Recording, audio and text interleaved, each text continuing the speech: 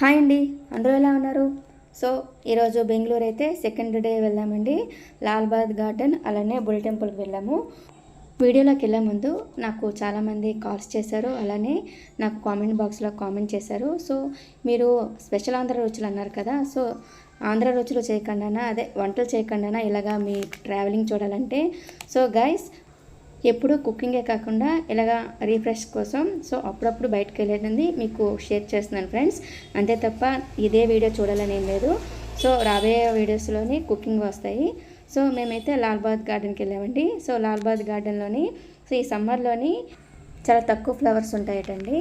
So year మొత్తంకిను మన స్వాతంత్ర దినోత్సవంకి అలానే గణతంత్ర దినోత్సవంకి ఫ్లవర్ డెకరేషన్ చేస్తారట. సో 10 days అది ఫ్లవర్ షోకేజ్ డెకరేషన్ చేసి ఎగ్జిబిషన్లో పెడతారటండి. సో ఇప్పుడైతే నార్మల్గా మన చెట్లకైతే చాలా అందంగా శిల్పాలలాగా చెక్కారండి. చూడడానికైతే చాలా బాగుంది. సో ఈ లోపలికైతే చాలా తక్కువ ఫ్లవర్స్ ఉన్నాయండి. సో తర్వాత మేము బుల్ టెంపుల్కి వెళ్ళామండి. బుల్ టెంపుల్ కూడా చాలా అంటే చాలా బాగుందండి. నందీశ్వరుడు ఉంది ఇక్కడ.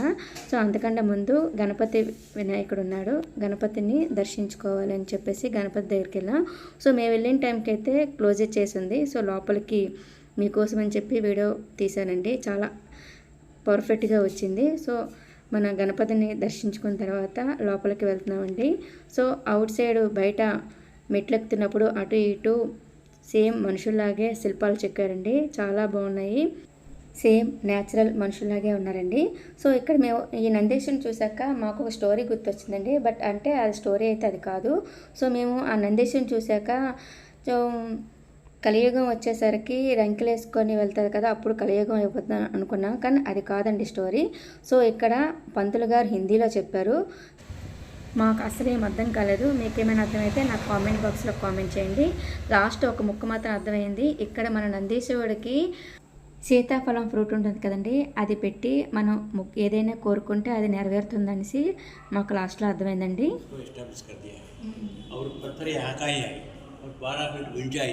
और 21 फीट लंबा है। कार्तिक मास में आखिरी सोमवार को बहुत बड़ा मेला लगता है।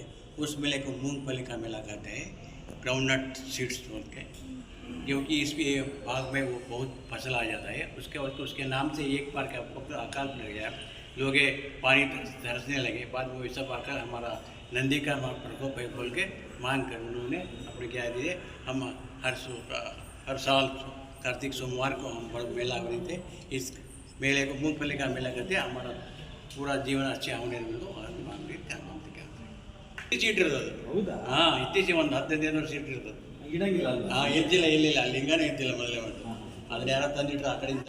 చూసారు కదండి పంతులు గారు ఏం చెప్పారో. మీకు ఏమైనా అర్థమైతే నాకు కామెంట్ బాక్స్లో కామెంట్ చేయండి ఫ్రెండ్స్.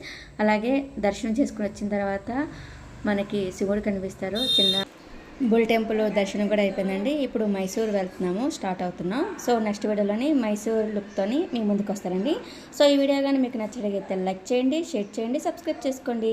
మరిన్ని మైసూర్ వీడియోస్ కోసం వాచ్ చేస్తూ ఉండండి స్పెషల్ ఆంధ్ర రుచులు. బాయ్ బాయ్, నెక్స్ట్ వీడియో కలుద్దాం.